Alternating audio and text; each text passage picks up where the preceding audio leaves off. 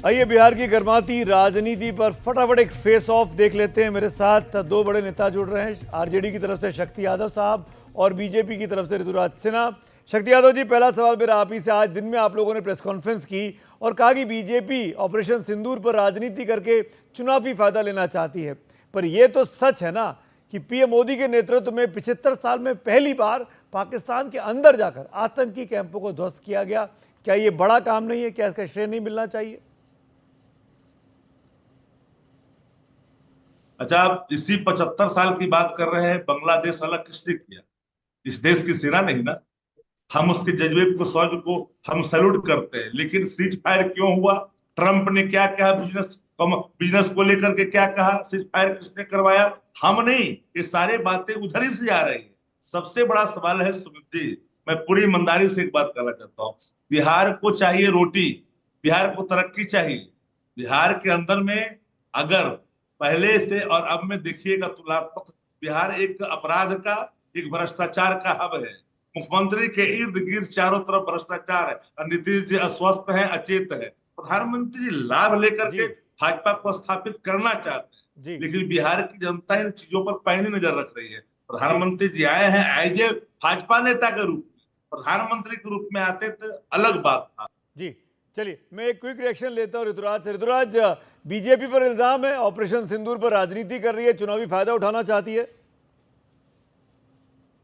पूरे देश में ऑपरेशन सिंदूर के बाद एक उत्सव का वातावरण है। जनता इस बात से बहुत प्रसन्न है कि मोदी जी का नेतृत्व ऐसा रहा है इस पूरे प्रकरण को लेके कि उन्होंने पहली बार आतंकवाद के जड़ पर एक बड़ा निर्णायक कार्रवाई की है और उसको लेके देश के विभिन्न भागों में मोदी जी का स्वागत, अभिनंदन और सेना के शौर्य का स्वागत हो रहा है।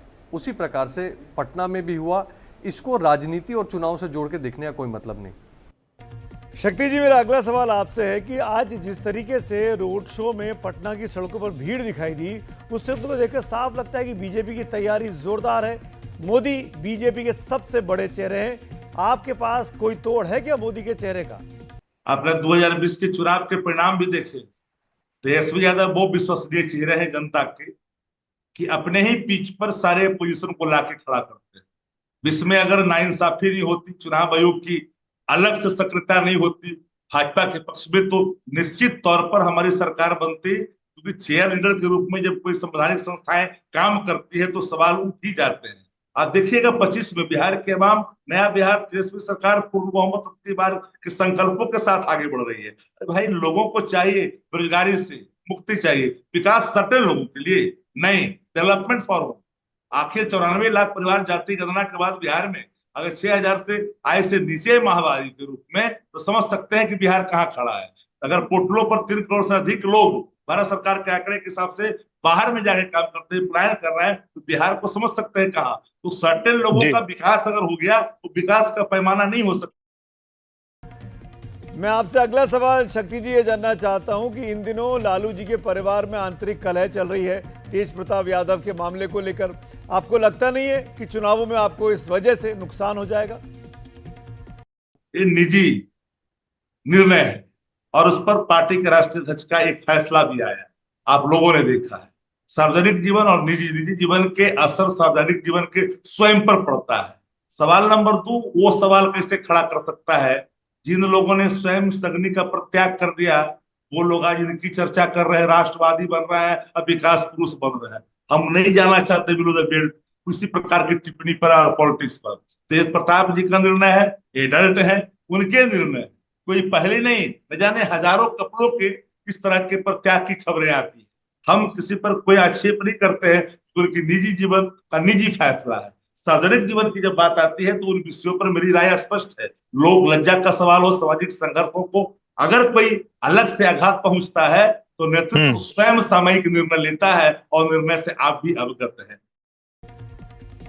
ऋतुराज जी, मेरा सवाल आपसे है अगला कि क्या यादव परिवार की जो अंदरूनी आंतरिक कलह है उससे बीजेपी को चुनावों में फायदा होगा?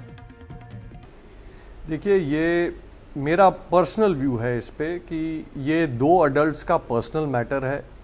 एक परिवार का अंदरूनी विषय है। बिहार के संस्कार में नहीं है कि दूसरे के परिवार में, विशेषकर बहू बेटी को लेकर दूसरा कोई चर्चा करे। मेरा बस ये मानना है एट अ पर्सनल लेवल कि जो लोग सामाजिक न्याय की बात करते हैं, सामाजिक न्याय की शुरुआत अपने घर से करें तो हमेशा उचित रहेगा। जातिगत जनगणना को विपक्ष अपनी जीत करार दे रहा है ऋतुराज जी। वो कह रहा है हमारी वजह से आपने, सरकार ने इस बात की घोषणा की है। क्या कहेंगे आप?